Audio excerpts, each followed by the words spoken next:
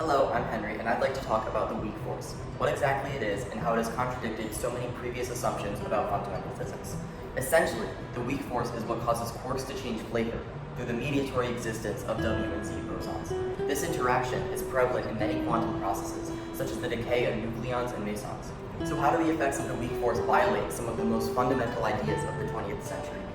The concept of parity symmetry relates to the thesis that if our universe were three-dimensionally mirrored, it would behave the same. In other words, spatial orientation, or left and right-handedness, should have no effect on a particle's behavior.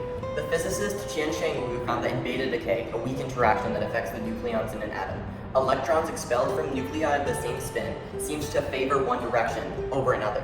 This experiment proved that it is possible for a directional preference to exist in nature.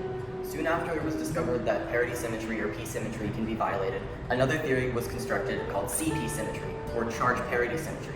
To explain the Wu experiment, CP symmetry states that in a three-dimensionally mirrored world, matter would also be mirrored for antimatter, so it makes sense for the electron to favor one direction in an experiment made of matter, because in an experiment made of antimatter, the electron would go the opposite direction. Underlying CP symmetry is the idea that charge is arbitrary, or that nature has no preference between matter and antimatter. However, it has been observed through the decay of some K mesons that the antimatter particle decays faster than the matter particle, proving that there is a fundamental difference between matter and antimatter. T-symmetry has also been broken in some weak interactions, such as the properties of B mesons. As the particles fluctuate between different states, the process looks different whether moving forwards or backwards in time, proving that time is not symmetrical, but somewhat directional.